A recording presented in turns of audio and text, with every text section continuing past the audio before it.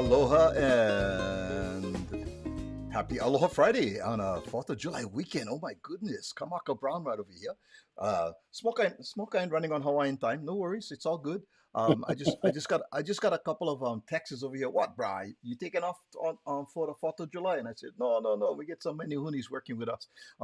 That's making it all happen. So no worry, beef curry. We stay on board right now with the Aloha Friday show, and we are so happy and blessed to have this guest with us on the Aloha Friday show. He has uh, been so gracious with his schedule to jump on over here, and we've been working with his staff for several weeks, almost a month or so, to find one puka in his schedule, and so we did it just before he gets really really busy. Please welcome to the Aloha Friday show, Coach Niumatalolo. What's up, Coach? Hey, Kamaka, how you doing? Thanks for having me. And first, I better tell your listeners and your viewers that it wasn't your fault. It's my fault. Still learning how to use iPad. My daughter had to help me. So sorry for the uh, still learning how to use my iPad. Aole pilikia, Coach. Aole pilikia. Just like I told you, man. No stress express. No stress express. We good. We good. And just really, really, really, really happy to have you on. And as I was sharing with you, any of our listeners and folks that are viewing, um, uh, they can Google your name, Ken Neil Mata Lolo, and all that stuff is going to come up all about your records and all the things that you've done over decades in sports and in football. And uh, I just said to you earlier, I said, aside from that, which people can ordinarily do, what kind of things should we talk about? And we settled on three F's. And I think us locals, we love it. The first F is food. And I'm going to tell you right now. So I live outside of Los Angeles, right? And this local boy, when I fly home, I'm always looking for a place for go grind. So, Coach, I just jump on a plane at LAX. I landed there. I pick up one car. I call you up and I say, Coach, I'm hungry, man. I'd like to meet you. We go eat someplace. So, where would you recommend, and where would we go for grind? I know you step in Manoa today, whatever's, but we can go Manoa Marketplace, I guess McDonald's, but please, let's not do that. Um, where are we going, Coach? Ooh, that's the problem. Kamaka, I get so many different places I like to go. Uh You know huh. what I mean? I like to go to Diamond Head Grill. Oh, Uh, Diamond Head Grill. Yes, sir. I like that. yeah. Geez, what other places I go to? uh, I mean, just all of the normal kind close by, Zippy's kind, just all the Hmm. trying to think of all the places I go. I guess I eat so many different places, you know what I mean? Yeah, yeah, Just yeah. grab grab any kind. You know what I was surprised? My last trip home was 7-Eleven got voted as the best place for spam musubi. Everybody voted Mm. 7-Eleven. Hello? I go, 7-Eleven? So I went with my cousin and I was surprised. I mean, they get one whole display case of, grab and go kind food, right?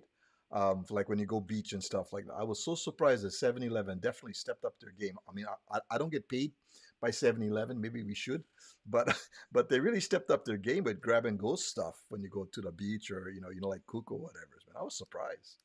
Well, it's funny you said that because over here in Manoa, the one right below the 7-Eleven right by Punahou. So my granddaughter always, she's like, "Oh, Papa, can you take me there?" She loves 7-Eleven. Like, what? And then my daughter was saying, "Dad, should go. They have really good musubis over there." And so in Laie, a place that we have, Sam's store, they really have good, spam musubis over there.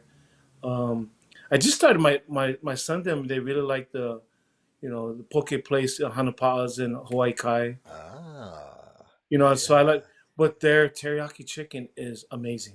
You know what I Ooh. mean? And so yeah, they do it.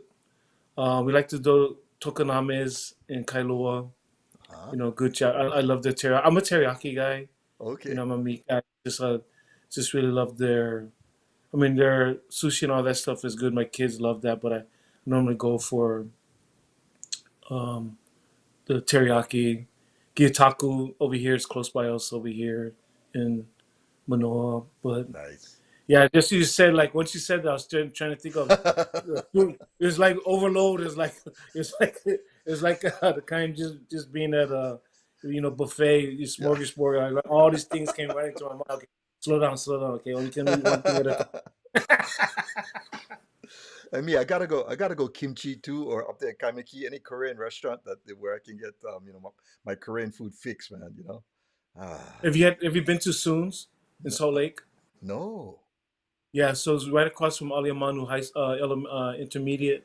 It's in a Salt Lake Shopping Center soon. Really good Korean food. I've been eating there since I played at UH. My mom and them used Aha. to always get plate lunch before the games, and Wait, so wait, Joey, get Safeway, right? And then Soon's is around the corner, right?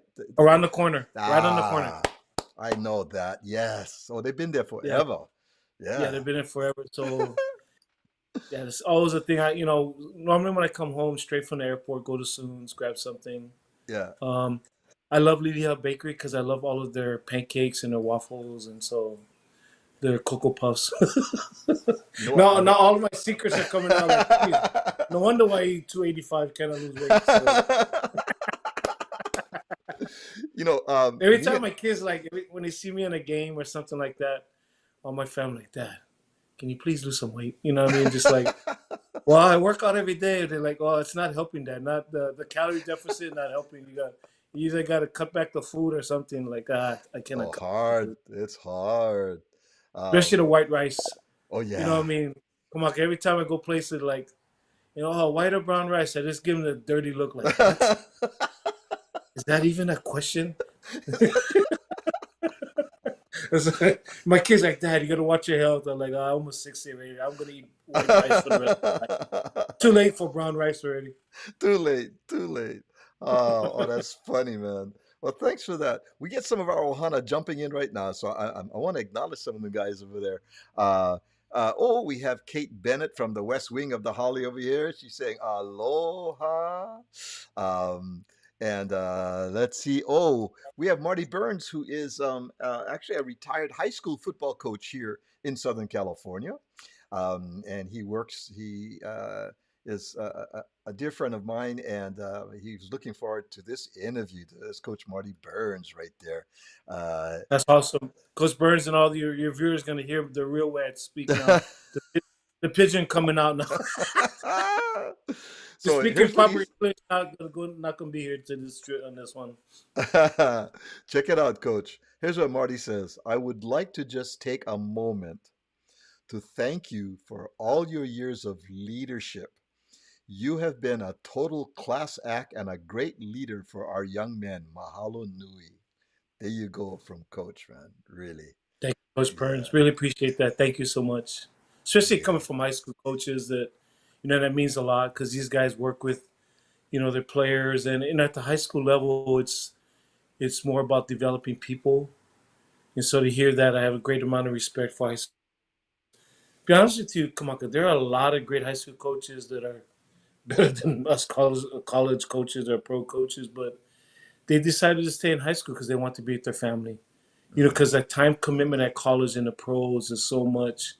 So some of these guys, like, hey, I know I could coach at that level, but they don't want to move all around the country.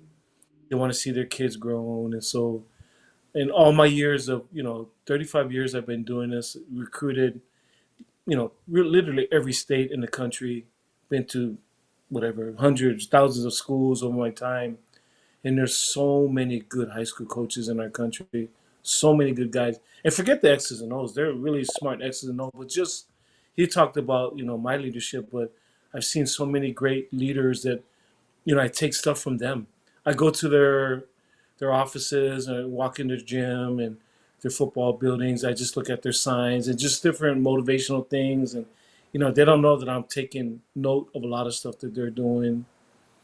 I think about my high school coach, Coach Velasco. He had a great impact on me, the way we do things, at Radford. So have I really appreciate Coach saying that, but I have a tremendous amount of respect for high school coaches because what they do, the impact they have on these young men's lives. And a lot of these young men, I mean, they come, maybe they don't have a father figure in their life. And so the first person that's kind of helping them, mentor them, is their high school football coach. You know what I mean? Trying to help them, give them some guidance, maybe help the mom a little bit, give them some discipline and just different things. And so I know growing up, there are a lot of guys that, Coach Velasco is basically a father figure for them. And I know a lot of guys that I've recruited, many football players that I've recruited, high school coaches were their father figure, and where they got a lot of their examples from, and how to be a man, how to be accountable, how to be responsible. So those kind of accolades or compliments from high school coaches, it means a lot to me because I know who they are as people. Yeah. Uh, every now and then, Coach Marty would say, "Hey, I got one of my guys in town. We'll go eat lunch, and we'll end up over at the Hawaiian food restaurant in Torrance or whatever. And it'll be one of his former high school players that are now playing college ball, who playing up here on the continent, maybe in the Midwest or back east. And it's easier for them. It's maybe expensive for them to go all the way home. They end up over at Coach's house. They end up staying over his house for a couple of days, and I've met several of his former players from high school that are now playing college ball. And you're absolutely correct. That connection with the coach um, continues, even though into their adult years and stuff. Yeah, yeah, yeah, yeah. Coach Velasco, Coach V as we call him, and back, a long time ago in the '80s when I played for him, we had a really good team. We won the prep bowl our junior year. It was the year he passed away. So he passed away, Kamaka, our junior year. Um, but that year basically we dedicated to him. We were able to win the prep bowl, and back then that was the state championship. Um, but a lot of things that I do in coaching, the philosophy, the discipline, the toughness, just how you do things, I got from him. Every year we used to always have, for camp we had, a saying on our word on our shirt, and that would be like the theme for that year. One year is ohana, one year is I believe, just different things like that, and just.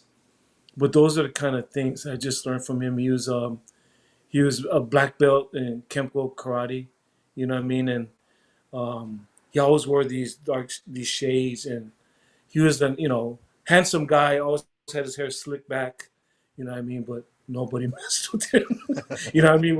We were all afraid of him, Kamaka. But from a standpoint of, I look back then, maybe I thought it was fear, but now that I'm a little older, I don't think it was fear, it was more respect. We respected him so much because he was a tough coach, but he wasn't a coach that would, he wasn't MFing kids and stuff like that.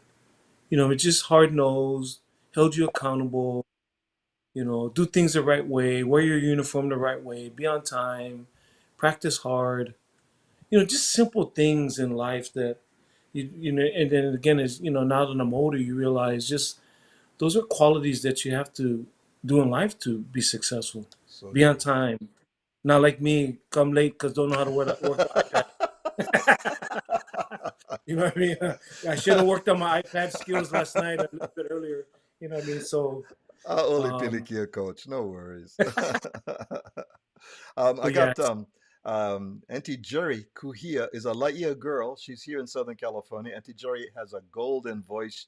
She's one of the treasures, musical treasures here in our community here in Los Angeles. And uh, so she comes from Laia. She's a Kahuku High School girl. And we relate as my cousin. So she's coming in and saying aloha. And so she asked what high school. She's from Radford, there, Jerry.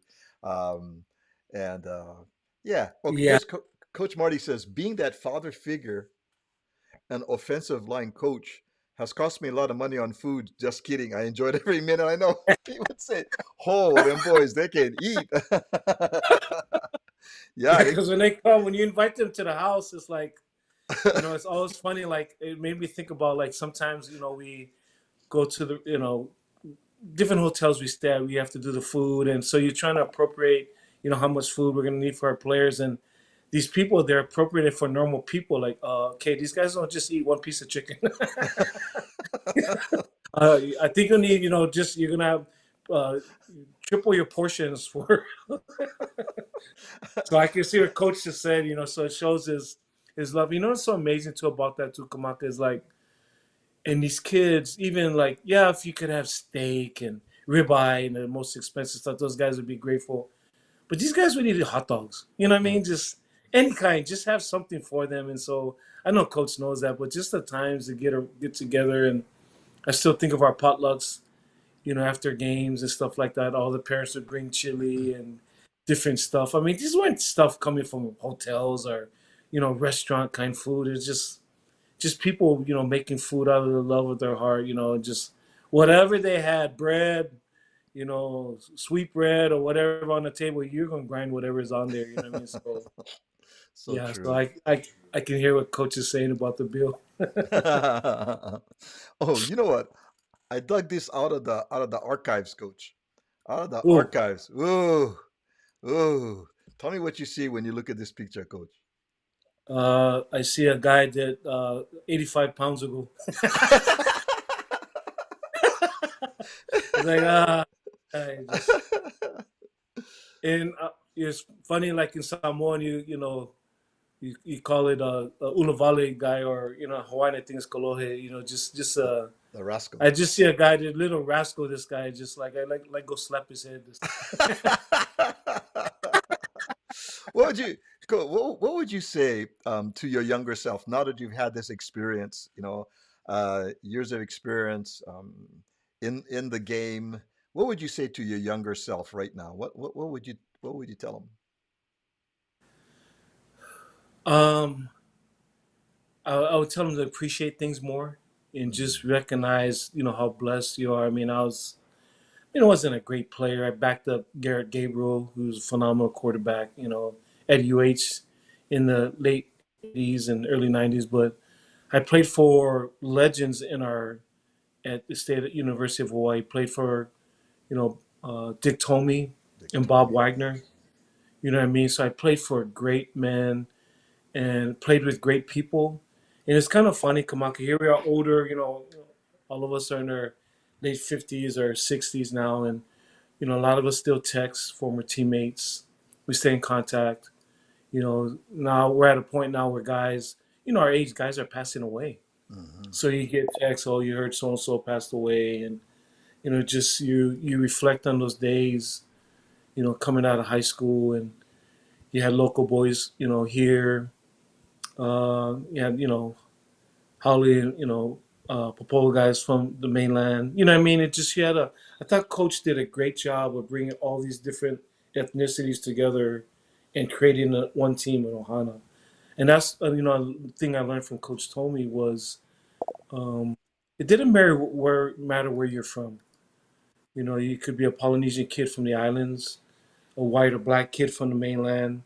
When you came, right was right and wrong was wrong. When you walked into the locker room, what he demanded of you. Uh, it didn't matter the color of your skin, didn't matter how you talked, didn't matter any of that. Right was right and wrong was wrong. And so he was a tough coach, like Coach Velasco. But I love Coach Tomey, and he passed away, recently. Coach Wagner passed away recently. But I look back at Coach Tomey. He's not a very big man. Kamaka, all of us guys were so afraid of that guy. You know what I mean? Yeah. But he was, just all these big football players. We had so much respect for him. You know what I mean? And there are many life lessons that I learned from him. I know from both him and Coach Wagner, you know, especially Coach Tomey, because his stuff, our football team played really, really hard back in the 80s. Back then, there's always a tough team that came and played UH. Nebraska, USC, Arizona State. At the last game was always a tough game. And, you go up Oklahoma. My freshman year, we played Oklahoma. And I think they only beat us 21-17. They were ranked. I mean, we gave them everything I mean, they were lucky to walk away here with the win.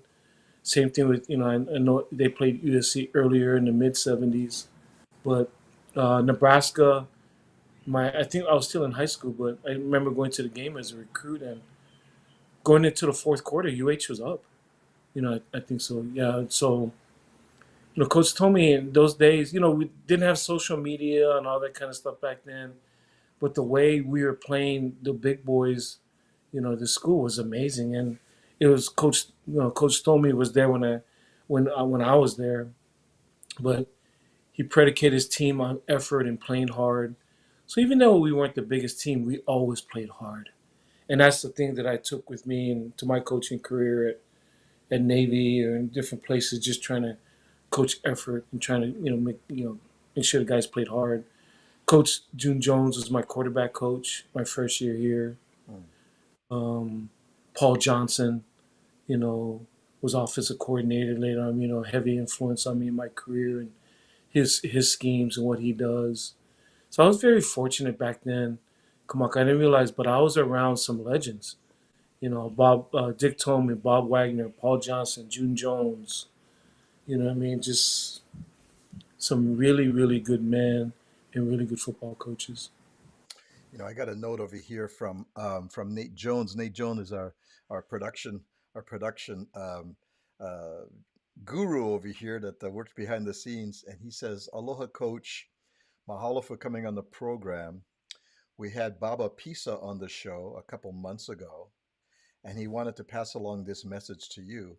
Please give my fondest regards to Ken. I've always looked forward to seeing him in person someday." There's Baba Pisa right there, Wow. um, Wow. Thank you, sending his Kamaka. aloha. Yeah, sending his I aloha. mean, a So, legend from the islands. You know what I mean? Just guys. I mean, the one of the original OG. Big time football players from the islands. Obviously, over the years, there have been other guys. From Manti Te'o to Marcus Mariota to Tua. I mean, I'm just mentioning yeah, guys off the top of my head, but those are obviously prominent guys from the islands, and there are a lot more that have come from Hawaii. In my day, it was the Noble brothers, but it all started with Bob. Bob Apisa going to Michigan State in his career back in, I believe, in the '60s is was the originator of all of that stuff, and then later guys, whether it's Mosi Tatupu or Junior IU and other guys that went to the mainland. Um, um, just guys that have gone here and just like I said, they're from the islands that have gone there to play well. And there's a lot more. Rocky Freitas. What I hmm, mean, like I said, I'm just rambling right now. I'm just whatever comes to the top of my head of yeah, yeah. come from the islands. But yeah, We so you're had right. I mean, Bob is an awesome man, we had Charlie Wiedemeyer's, and Charlie, yes, right from Punahou, but we had his widow come on the Aloha Friday show to talk story about Charlie, and what an inspirational and great session we had with her, and the legacy of Charlie Wiedemeyer, yeah, as well. because he ended up moving to Los Gatos, right? Did they go to Yes, Los Gatos? yep, yep, Yeah, so exactly. like I'm at Los Gatos High School. I met the coaches over there, wonderful people there, and just I mean, everybody in the Bay Area, talks about his legend, Charlie Whitmire, with a phenomenal influence that he's had on people too. Yes, yeah. So yeah, that's another legend that I forgot. Yeah, Mhm. there's a lot of great people that have come through here. This tiny little island. It's kind of amazing. Yeah. How about for you now? You were the first Samoan American head coach in the history of the NCAA division. Um, how did how did that weigh upon you? Did that take any kind of onus on you, or how did you feel about the fact that you were the very first? Well, obviously with Coach Price being the first Polynesian Hawaiian, Mm, to be coaching at UH. I never played under him, but heard great things about Coach Price. Obviously, he was a commentator for many years for UH yeah. football, UH sports, and then just what am I doing? Uh, Can you still say Papa's over here? It's my granddaughter. Yeah, so just come.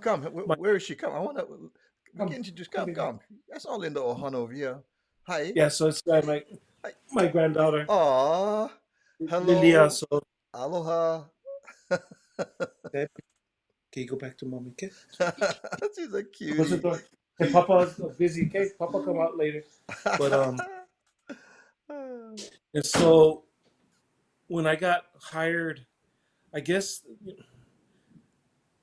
Kamaka, this such a hard profession, and this is a tough job. I guess I was proud and humbled to be the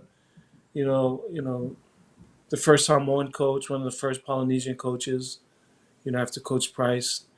But I didn't really think about that. I was thinking about, trying to be successful because in my mind, the weight was, trying to be successful to hopefully open doors for others.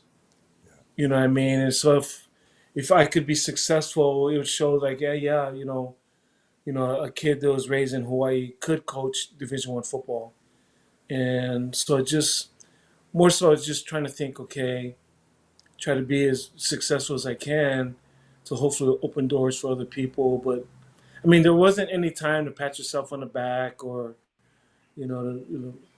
whatever, try to get big headed or anything like that, because this profession will spit you out in a heartbeat. And so I knew how hard this profession was because when I got hired, I'd been an assistant for 18 years. Mhm. So I'd already been in the profession for a long time already, and so um, uh, yeah. So it wasn't like I was um,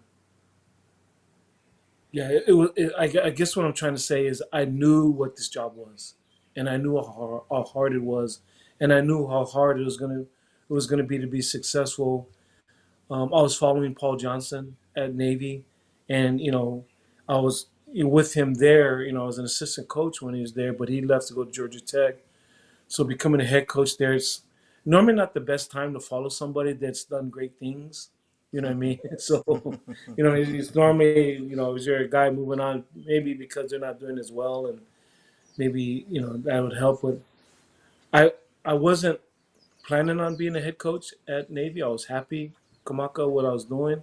I felt very fortunate when an opportunity came, and I felt fortunate with some of the things that we were able to accomplish in my time there. But more more proud and humbled than anything to have gotten that job. But I knew I had to go to work quickly um, and just try to keep pressing forward. Yeah. Well, 2014, something happened here. Let's take a look at this. Ken Niumatalolo, Samoan. In 2 words, class personified. That's how one writer put it. Another painted this picture. Ken Niumatalolo is the boy next door, the kid you hope your daughter brings home, because he'll tell you what an honor it is to meet you, and we'll have her home by 11, unless you think that's too late. Ken Niumatalolo was a coach in waiting while waiting for his number to be called at the University of Hawaii. He had that look in his eye, and he had that presence. In 2007, at the age of 42, Ken Niumatalolo was named head football coach at the United States Naval Academy. Let that sink in. From Laie to Annapolis, from the North Shore to anchors away. The midshipman responding to Coach Niumatalolo's laid-back style in style. Nearly 50 wins and 5 bowl games in his 6 seasons. 4 times under his watch, the Mids have captured the Commander-in-Chief's trophy. And against its biggest rival, Army, Navy has never lost. The first Samoan collegiate head football coach at any level. Just the second Polynesian head coach in FBS or Division I history. Ken Niumatalolo. You always say it's about the kids. Tonight, it's about you. Ah, out there in Laia, the Polynesian Football Hall of Fame. Um, uh, Nate Jones was saying, I was at the banquet 10 years ago when you were one of the inaugural inductees into the Polynesian Football Hall of Fame. Isera Tuaolo was also, that's right, on our podcast back in April. And Vai Sikahema said he hopes Esra would get inducted into the Hall of Fame. this year. That's right. We also had Sarah on the Aloha Wow. Friday show. Yeah, Yeah, yeah. that'd be awesome for Sarah to get inducted. And yeah, and Kay goes, "Chee hoo." Yeah, that's right, chee hoo. For that. Yeah. Yeah, just fortunate, a lot of great men before and after that, paved the way for a lot of us, whether it's playing or coaching. Um, had Vice him out there, dear friend of mine and phenomenal football coach, Tongan descent, ancestry, but just a great man. Um, the cool thing about it, like some of the people that, we're talking about too, just great people to come up. You know what I mean? Jesse Sapolu, Mao Tanavasa and June Jones, guys that, some of those guys that started, the Polynesian Hall of Fame, just some guys that are trying to give back to the community. Um, so that's pretty, pretty exciting. I'm being at San Jose State now, kind of get to continue the Hawaiian ties with, hiring guys like Craig Stutzman, who's a St. Louis kid, and his brother Billy Ray, who's also a St. Louis grad. And so, um, even though I was on the East Coast, thousands of miles away and stuff, I never left. You know what I mean? I Yeah. never got away from my roots and who I am. I come home every July. It's kind of like July is kind of like in our profession, it's kind of like your one downtime that you have.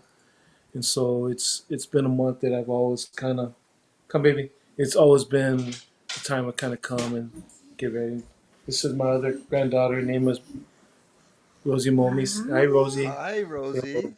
Aloha, Rosie. Hi. Hello. So, so cute. My, and yeah, I met Lily already. My two Hawaiian granddaughters.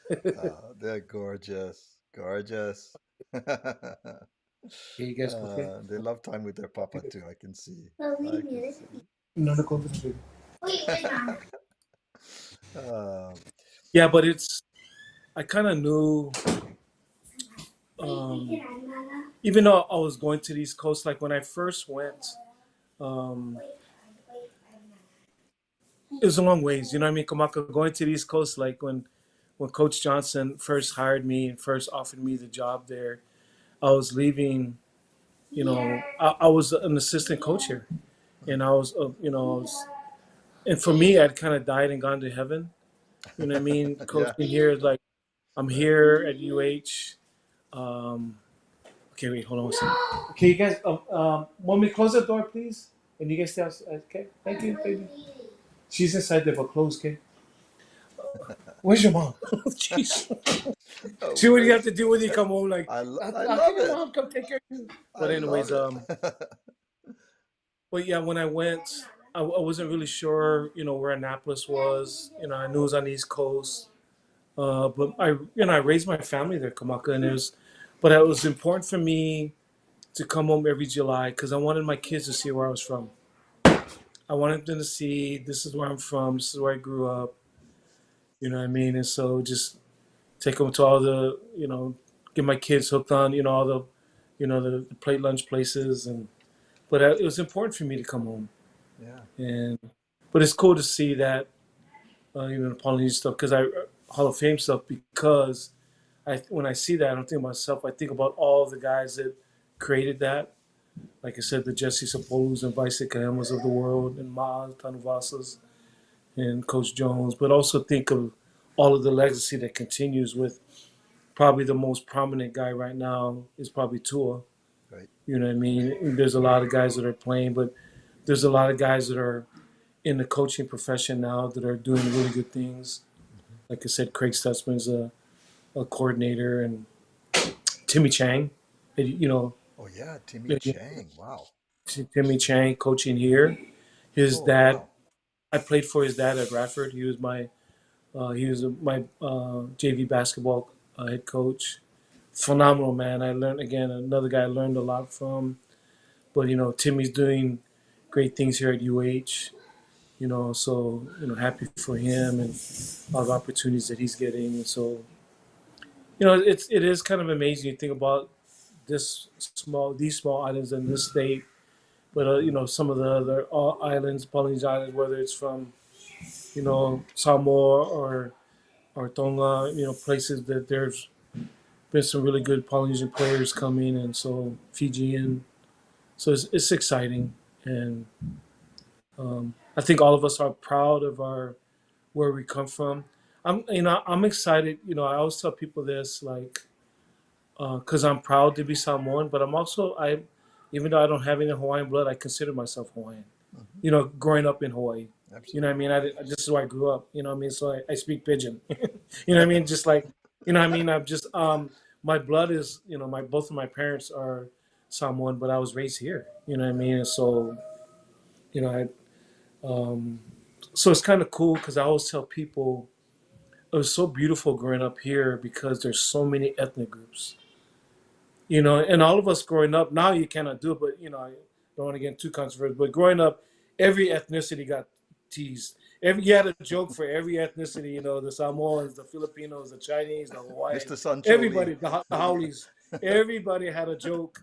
And you'd laugh about it, but you kind of say this kind of stuff now, but it's just, but you didn't think anything growing up because I think growing up here, Kamaka, as you know, just we are just all happy and proud, to live here in this beautiful state, and we loved home, and just it was so beautiful, and I really believe it's the Aloha spirit, just embracing all the culture, and just you're just one, and just I think it's kind of joking a little bit about the food, but you see kind of how the food was ingrained here, where locally they have all these different cuisines, True. um, the influences of all the different cuisines here in Hawaii, but Hawaii is definitely a melting pot, and Oahu, as it is known, is definitely a gathering place. True. This is definitely a gathering place. And you just think about it. You got people from around the world that have come to this tiny little island. These tiny little islands in this tiny state. So this is a special place.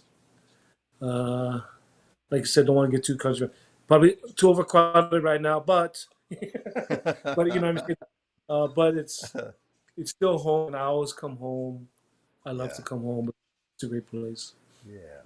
You know what? We're going to take on a small time break, and then we'll come back, and we'll talk about family. You related to your football family, and you also talk about coming home and spending time with your family. You got your mo'opuna, you got your grandkids that are there. You're definitely a family man. That's been an important part of your life as well. Let's talk about that when we come back. And if you just join us, welcome, welcome.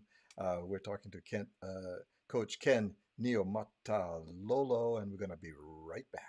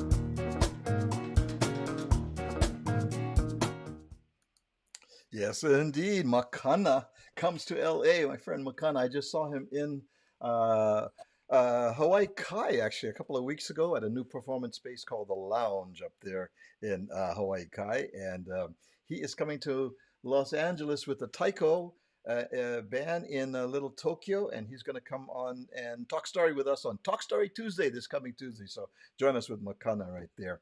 And we are back with Coach Ken Niumatalolo. And while we're there, we had a question that come in that I thought was really good. And here is Marie Kahiao. She says, Aloha, Coach. For Polynesian students, do you see a disparity in resources for them to maintain academics to stay eligible for sports? Ooh, I like that. What's your thoughts? Um, I don't. I don't know if I'd be qualified to say. I mean, I know when I was growing up, I don't. I would say no. You know, what I Mm-hmm. mean, I'm a Radford High School graduate. You know, what I mean, I'm a public school kid here from Hawaii, and I feel like, and I went to the University of Hawaii. I feel like the skills that I learned at, I went to growing up. I went to Red Hill Elementary, and also I Elementary. We used to live in Halawa early on. Um, But then I went to Kahuku for 1 year. Then I actually went to Iolani for a year, Hmm. and then I finished at Bradford. So I was at different schools, and obviously Iolani is probably some people consider the best academic school here in on Oahu, and it's a really good school. But I graduated 3 years and went to Radford, and feel like skills that you learned, things that I learned at Aliamanu Intermediate, I think helped me the 1 years at Kahuku. And so um, I feel like the schools here, and I take that back. I feel like I can't say that because we had kids, and I don't want to mention schools because I don't, but I had in my time, my 15 years and 25 years at the Naval Academy, we recruited quite a few kids from Hawaii. And some were private school kids and some were public school kids. And you know what? They all did well. And so um, I think maybe I think I've seen some stuff there talking about the testing, that some of the comprehension stuff here, and maybe it might be a little bit lower from a national level. But to me, there's more to learning than some of that stuff. And I guess I'm relating it to my experience at the Naval Academy. I feel like the kids from Hawaii were, how do I put it? In just in a learning environment, I think there's some humility from them, and that they're willing to learn. But also, I don't know if they're used to kind of um, an authoritative, disciplinary person and telling them what to do, because I thought they blended well into the academy, and that's hard. The Mm-hmm. service academies are hard schools. It'd be hard enough just to go to school there for school itself, but then you add on the military component, makes it even doubly hard. And then you could add on from here, the kids traveling basically halfway around the world to go to the East Coast. That's really, really hard. And the kids that I recruited out of Hawaii, public high school kids and private school kids, all did well. And so, and again, I was just thinking about it as I answered that question. So, um, in my experience, I feel like the Polynesian kids in this area, on this island, are getting what they need. Are getting the tools they need to um, for education. I think a lot of it obviously comes from the schools, but I think it's also in the homes. Yeah.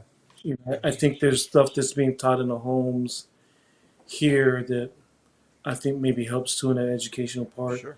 And I don't know the numbers on this. Like I said, come on, I'm just rolling off the top of my head, whatever comes to my head. But maybe there's a lot more two parent families here. You know what I mean? That helps them in that. Just because, like I said, I just was thinking about just the kids that came to the Naval Academy, and I can just see their families and their parents right now.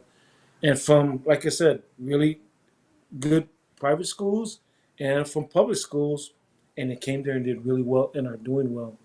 Yeah. So I think there's something to be said as I think about not just education, but there's the education in the home that to me gets overlooked way too often.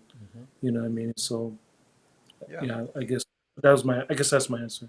Yeah.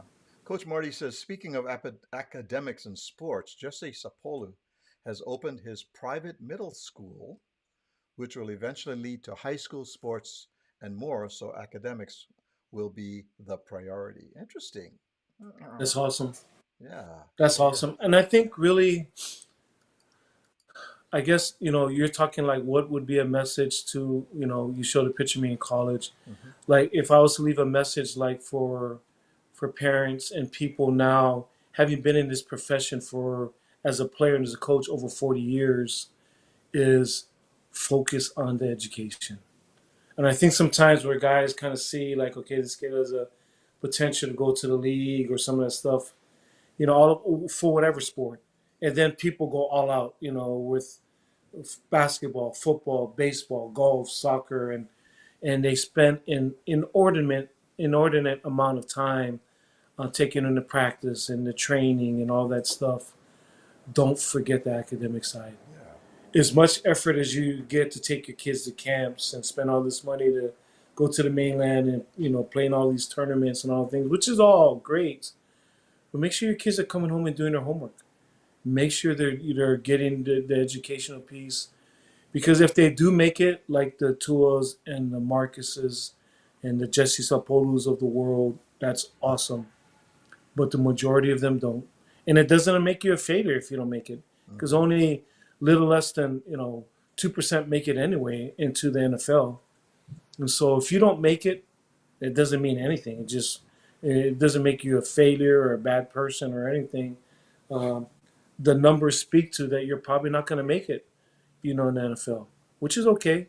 Just make sure that you have your degree and your education stuff. So the things that Jesse's doing with his school and stuff like that, that's awesome. But it's a testament to Jesse that he recognizes that obviously he was fortunate to play in the league, really good player, really good person, worked really hard at it, and the Lord blessed him with great skill sets physically, which he worked and developed. But he knows he's recognized, and he's got kids himself to see that the education part is the most important part. So that's a great question that was asked. Yeah. Yeah. Yeah. Thank you. Let's take a look at this little clip that I found here. And I've heard somebody tell me the Lord doesn't really care about Navy football. And I think to some extent that's true, but I know He's concerned about me and my family, and this is my job. My dad coaches the Naval Academy, that's his team, but my parents are a team too. We had tremendous success on the football field, and I truly believe that a lot of that comes back to the way that he lives his life.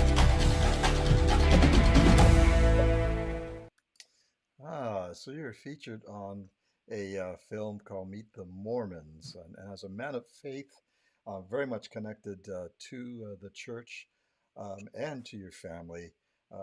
Obviously, family is a huge, huge component of who you are. Yeah, come on, and it's like you know, the Savior, the Lord is number one in my life, then my family.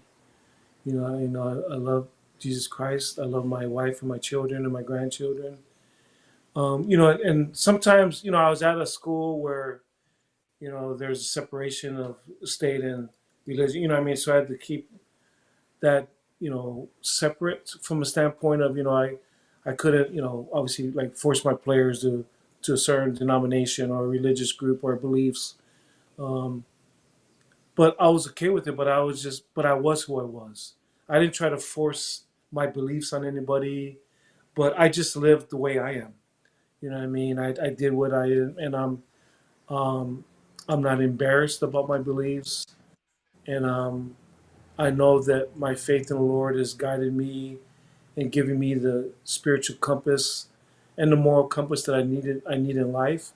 But I've also recognized that everybody has their own beliefs and everybody has their own freedom to choose, and so I've never tried to impose on my players or people that maybe I supervised or worked for me or worked with me. They're like, hey, you have to do it this way. But they knew exactly who I was. And I couldn't really separate those beliefs from who I was. Sometimes I had discussions with maybe my boss and stuff about this certain topic, but they weren't really um, long or anything serious talks or anything that ever came up. But I did express, but this is who I am. I can't like cut off part of me. I mean, this is just who I am. I mean, I love the Lord. I love to eat. I love my family. It's just my person. I mean, I'd be disingenuous if I was any other way. Just where. But with that said, I hope people would respect my beliefs because I definitely respect how other people believe. So I don't, whatever you believe in, that's your own choice, and I give you your space. I always tell my players, like even for example, Kamaka, like on Sundays, I go to church, but I don't force my players to go to church. Or on the coaches, hey, you do whatever you want on Sunday. That's your own choice. You do whatever you want. But for me and my family, I'm taking my family to church. So just know, for me, that's what I was gonna do. And in this profession, that's very unique. Because Sundays are probably the biggest day in college football because that's the day that you just finished your Saturday game, so you have to review that, and then you start your prep for the next opponent. And so that's how I did things because um, in my faith, the Sabbath day is important. But I also would tell guys, like when I first told coaches, hey, this is what I do. In fact, when I first became the head coach, I said, guys, on Sundays, you're not going to see me here at work. And I know they kind of looked at me like, what? This is our most important day. Where are you going? Um, and I said, this is my beliefs and this is what I'm going to do. But I said, don't misconstrue that I'm trying to get out of work or I'm cutting corners, being lazy or anything like that. I said, this is how I feel like I can prepare myself to be the best version of myself so that I can be the best leader of our program. And now with that said, I came to work, I come to work really early, Kamaka. I mean, during the season, I get to work. I get up at 3:12 every day during the season to come to get ready. But that's my faith. That's who I am. My family is very important to me, and I met my wife here in Hawaii. She went to BYU Hawaii. She's from Guam. Her dad's Chamorro. Her dad's a blonde from Southern California. You know what I mean? And so, but I met her here. I went to UH. I'd come home on the weekends and met her at a dance. Many years ago, and so we're been close over 36 years being together, and so been together a long time. Have three beautiful kids. My oldest daughter Alexia, you just saw her, two girls, Rosie, Momi, and Lilia. She works for Hawaiian. She's a flight attendant. Her husband John too is a flight attendant. We live here in Manoa. My two sons, Va'a and his wife of Kenzie, and he has three daughters of Ozzy, Jada, and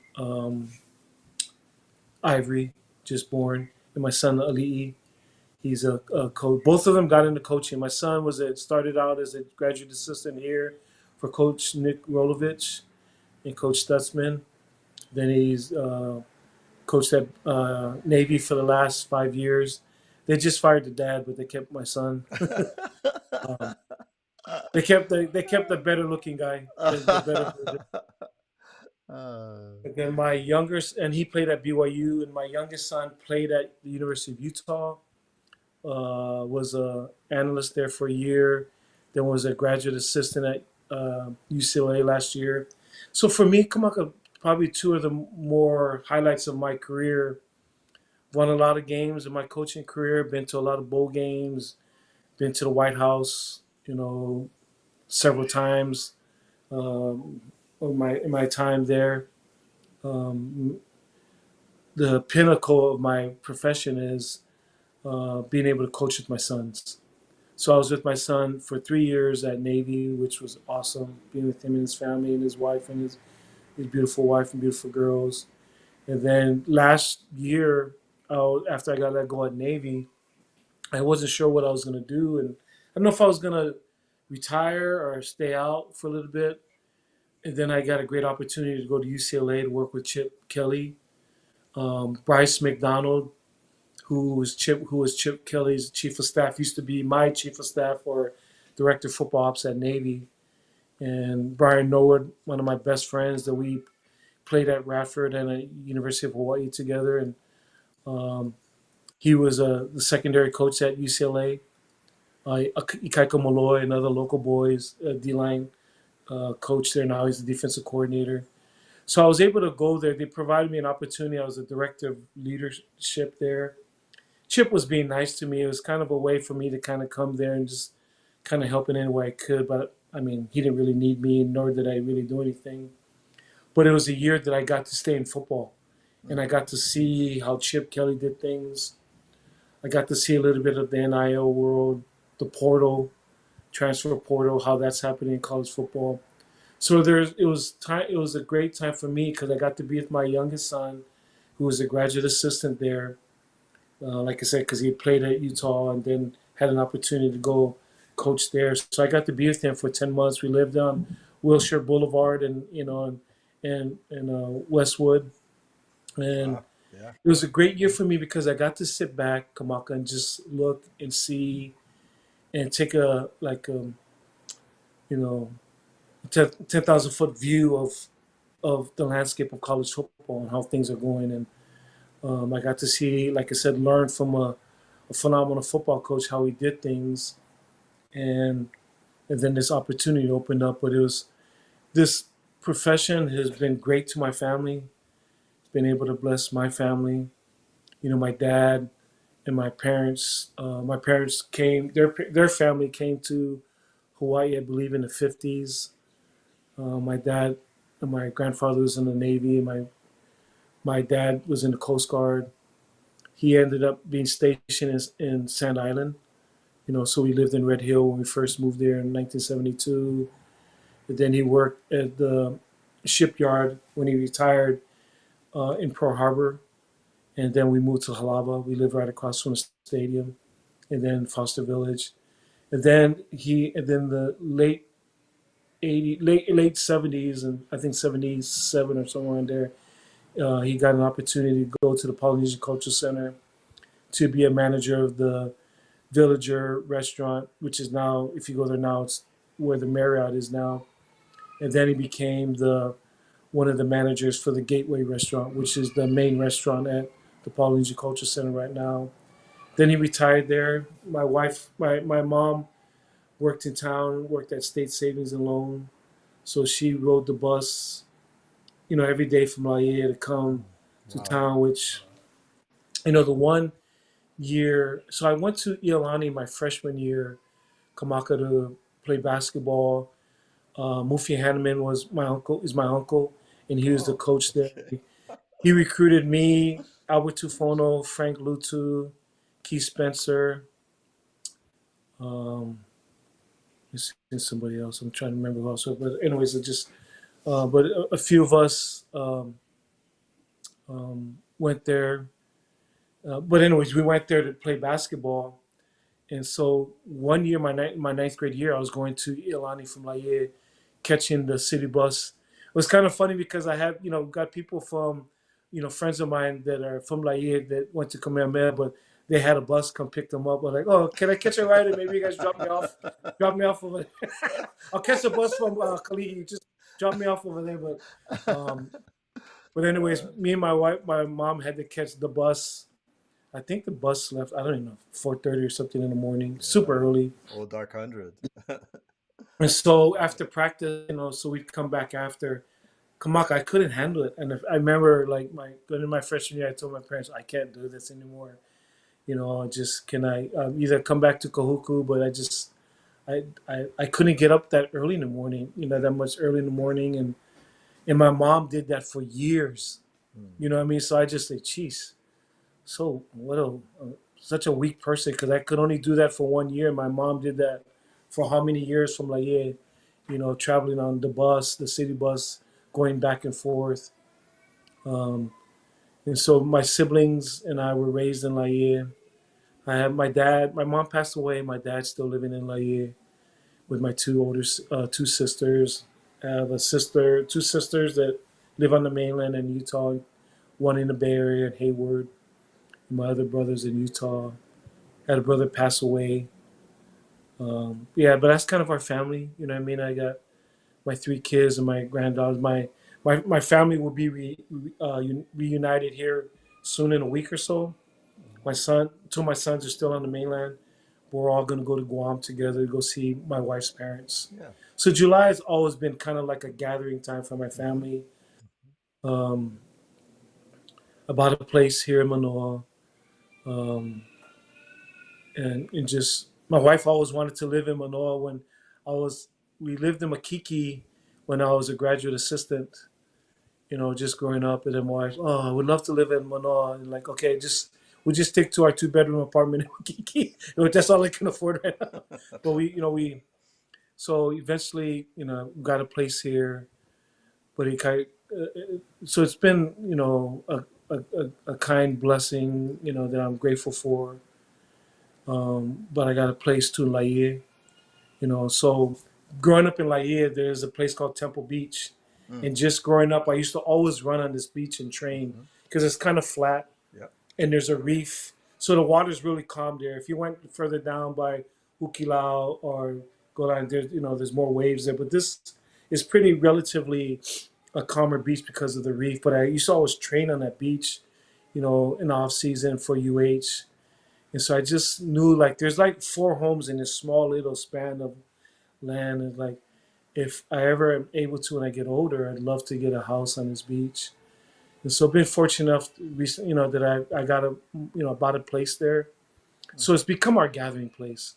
When I was at UH Kamaka, at the Naval Academy, it's interesting. I talked to different coaches. They tell me all about the places they're going to retire. Oh yeah, I bought a place in Florida. I'm going to this place. I'm going to there. I'm going to Georgia, North Carolina. I'm going to Montana.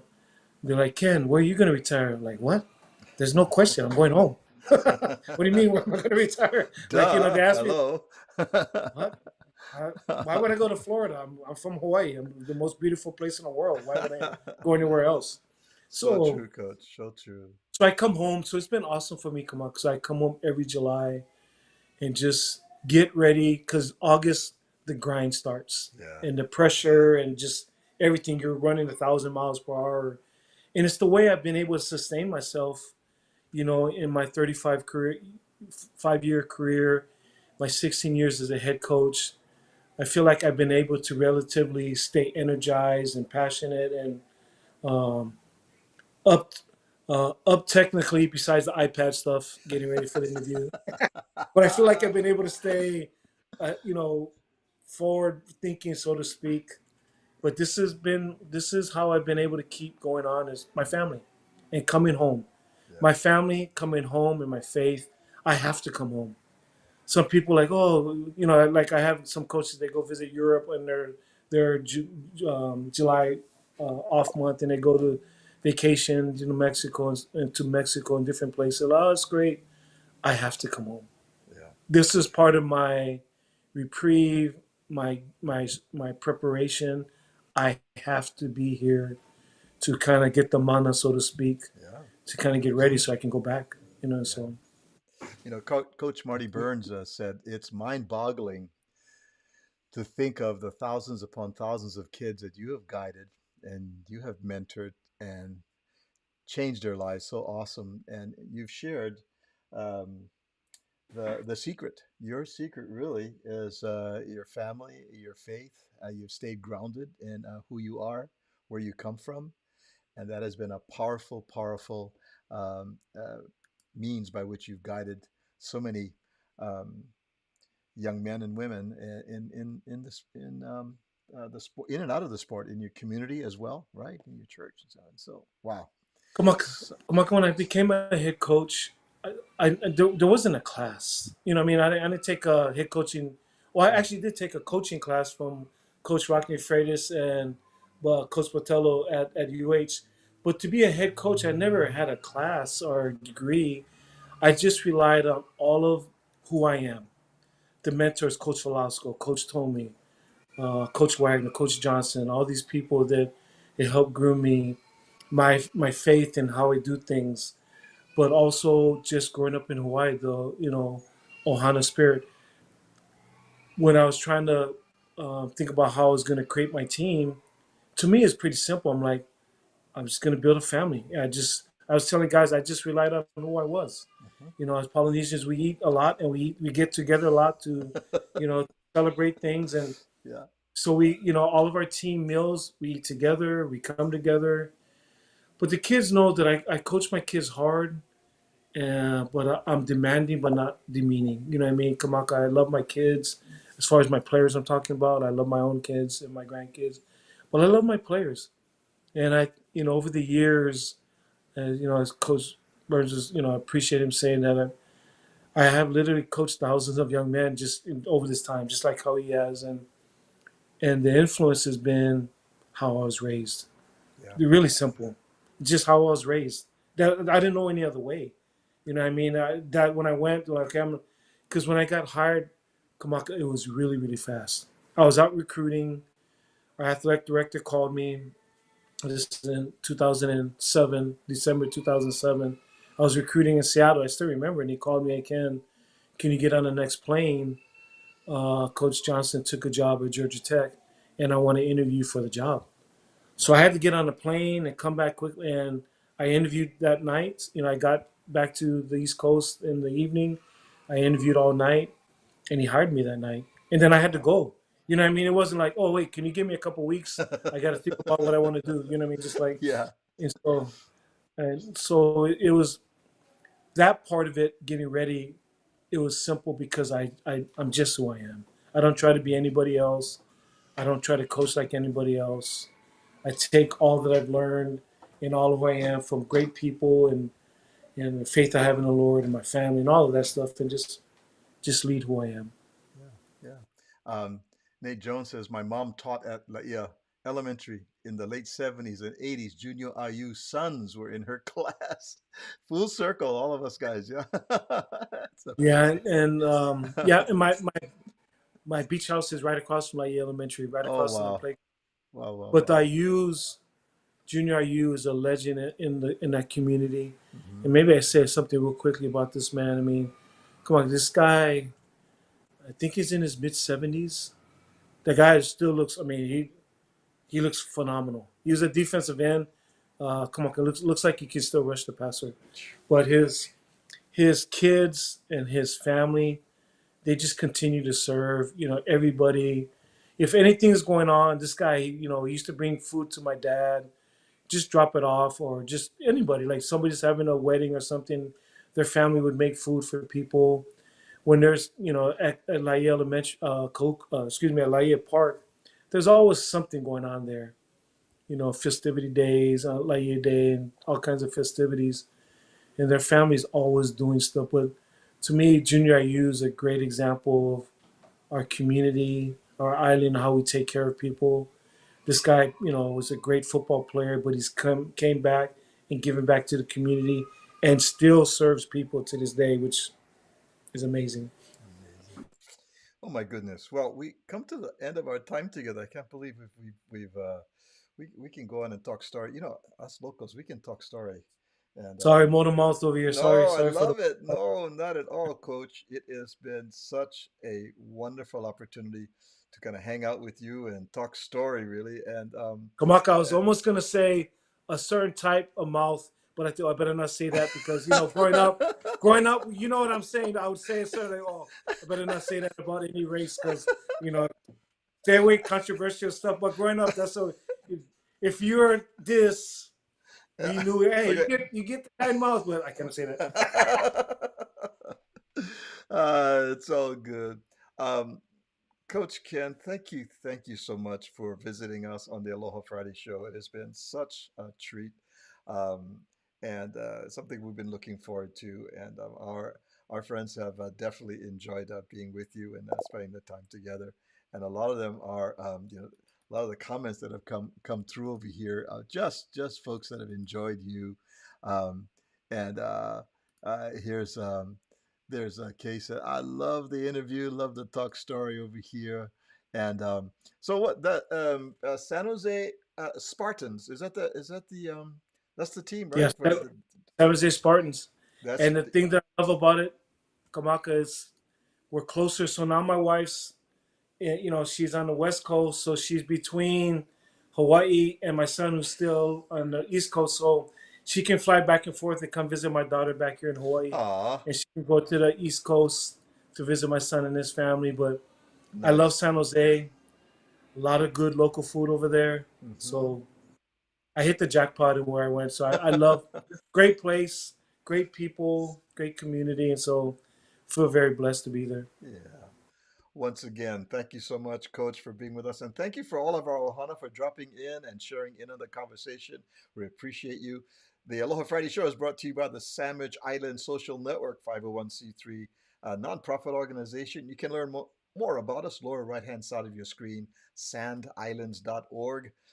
Gives you all the information about things we do here in Southern California and beyond. And so for now, we're going to say ahui ho to Coach Ken and to all of our ohana over there. And we'll catch you next time. We'll see you on Talk Story Tuesday with Makana, you guys. We'll talk to you guys later. Aloha. Aloha.